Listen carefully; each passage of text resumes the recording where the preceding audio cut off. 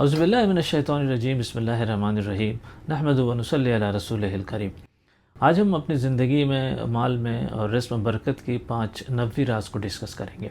دیکھیں، ہماری کاروبار سے، ہماری جاب سے، ہماری دوسری ایکٹیویٹیز سے ہمارے رزق میں اور مال میں اضافہ تو ہو سکتا ہے، لیکن اس کی گارنٹی نہیں کہ اس میں برکت بھی ہوتی ہو۔ برکت کی مثال یوں ہے کہ جیسے ہمارے پاس 2 لاکھ روپے ہوں اور اللہ تعالیٰ اسے دوسروں کے مقابلے میں 20 لاکھ یا 2 کروڑ کے برابر بنا دے۔ اولاد میں برکت کی مثال اس طرح ہے کہ جیسے ہماری اولاد کمی ہو، لیکن اولاد سے اللہ تعالیٰ ان کو ہمارے لیے صدقہ جاریہ بنا دے، ان سے ایسے کام کروا دے جو بہت سارے اولاد بھی مل کر شاید ایسے کام نہ کرتے ہوں۔ وقت میں برکت کی مثال ایسے ہے جیسے کہ ہمارے پاس 2 گھنٹے ہوں، لیکن ان 2 گھنٹوں میں ہم ایسے کام کر لیں جو دوسرے لوگ 20 گھنٹے میں بھی نہ کر پاتے ہوں۔ ایسی بہت سی مثالیں موجود ہیں جہاں بزرگوں نے اپنی چھوٹی سی زندگی کے اندر سینکڑوں کتابیں لکھ ڈالی، اور وہ بھی اس زمانے میں جو پریس نہیں ہوتا تھا۔ ان کے وقت میں اللہ تعالیٰ نے اتنی برکت دی تھی، اس کی مثال ہے۔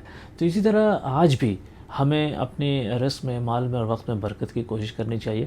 اچھا، برکت کا جو پہلا راز ہے وہ ہے، دیکھیں اللہ تعالیٰ سورہ اعراف کی آیت نمبر 96 میں فرماتا ہے، اس آیت کا مفہوم میں بتا رہا ہوں کہ اگر تم تقوی اختیار کر لو یا گناہوں سے بچے رہو اور اپنے دل میں اپنا خوف رکھو تو میں زمین و آسمان کی برکت تمہارے لیے کھول دوں گا۔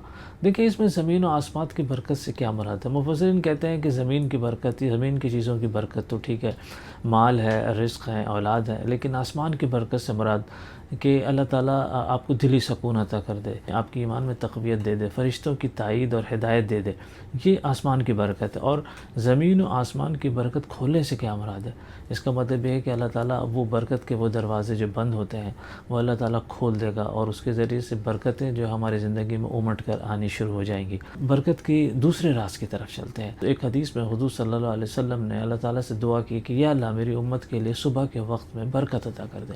صبح کو جو وقت ہے وہ امت کے لیے، مسلمانوں کے لیے بہت برکت کا وقت ہے۔ جو صحابی جو روایت کرتے ہیں اس حدیث کو، وہ کہتے ہیں کہ جب میں نے یہ حدیث سنی تو اس دن کے بعد سے میں نے اپنے تجارتی قافلے صبح صادق کے وقت روانہ کرنے شروع کر دیے، اور میرے کاروبار میں اتنی ترقی ہوئی کہ مجھے مدینہ میں اپنے مال اسباب رکھنے کے لیے دوسری جگہیں ڈھونڈنی پڑی۔ دیکھیں، مفسرین کہتے ہیں کہ رزق کی تقسیم کا وقت صبح کا وقت ہوتا ہے، اور ایک حدیث میں یہ بھی آتا ہے کہ صبح کے وقت 2 فرشتے نازل ہوتے ہیں، اور ایک فرشتہ اللہ سے دعا کرتا ہے کہ یا اللہ، جو اپنا مال مستحقین میں، لوگوں میں خرچ کرتا ہے تو اس کے مال میں برکت عطا فرما، اور جو کنجوسی کرتا ہے، اپنا مال روکے رکھتا ہے، اس کے مال میں سے برکت تو اٹھا لے۔ صبح کے وقت ہمیں فجر کی نماز باجماعت پڑھنی چاہیے۔ دیکھیں، فجر کی نماز کے بعد تو تھوڑا بہت ہم سو سکتے ہیں، لیکن 11-12 بجے تک یا پوری صبح سو کر گزار دینا، یہ ہماری زندگی سے برکت کو ختم کر دیتا ہے۔ تیسرے راز کی طرف ہم جاتے ہیں جو حضور صلی اللہ علیہ وسلم نے فرمایا، وہ ہے کاروبار میں، لین دین میں برکت۔ ایک حدیث میں آتا ہے کہ جب تک خریدار اور بیچنے والے ٹرانزیکشنز کر کے جب وہاں سے چلے جاتے ہیں، اس وقت تک ان کے پاس ٹائم ہوتا ہے کہ وہ جھوٹ سے پرہیز کریں اور مال کا جو عیب ہے وہ ظاہر کریں۔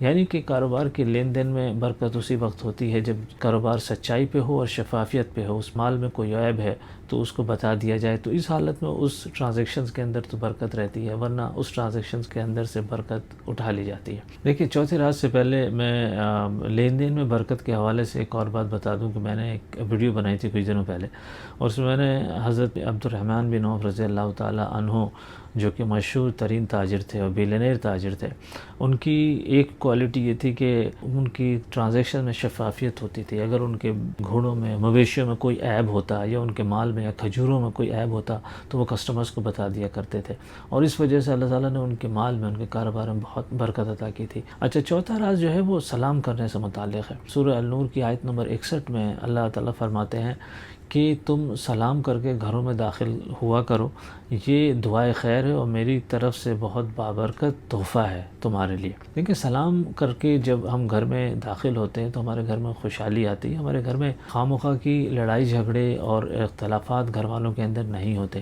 ایک حدیث میں تو یہ بھی آتا ہے، جب کوئی گھر میں اللہ کا نام لے کر نہ داخل ہو اور کھانا بسم اللہ کر نہ شروع کرے، اللہ کا نام لے کر نہ شروع کرے، تو شیطان اور اس کے چیلے ایک دوسرے سے کہتے ہیں کہ آج اس گھر میں ہمارا ٹھکانہ ہے اور ہمیں اس گھر میں ہمارا کھانا بھی اس گھر میں ہے۔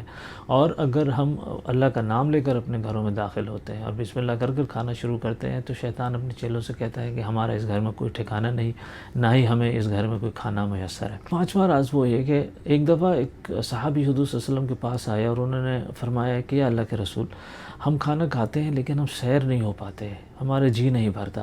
حضور صلی اللہ علیہ وسلم نے فرمایا کہ تم اکیلے کھانا کھاتے ہو، مل کر کھانا کھاؤ۔ جب ہم میزبانی کرتے ہیں یا مل کر کھانا کھاتے ہیں تو اللہ تعالیٰ سے برکت عطا فرما دیتا ہے۔ ایک حدیث میں آتا ہے کہ ایک لوگوں کا کھانا 2 کے برابر ہو جاتا ہے، 2 لوگوں کا کھانا 4 کے برابر ہو جاتا ہے۔ یعنی گھر میں میزبانی کرنا، مل جل کر کھانا کھانا دوست احباب کا گھر میں اور اس میں برکت کا باعث بنتا ہے۔ اللہ تعالیٰ ہمیں ان حدیثوں پر اور قرآنی آیت پر عمل کرنے کی توفیق عطا فرمائے اور ہمارے زندگی میں برکت عطا فرمائے تاکہ ہم اس دنیا میں اور آخرت میں بھی کامیاب ہو سکیں۔ وآخر دعوانا ان الحمد للہ رب العالمین۔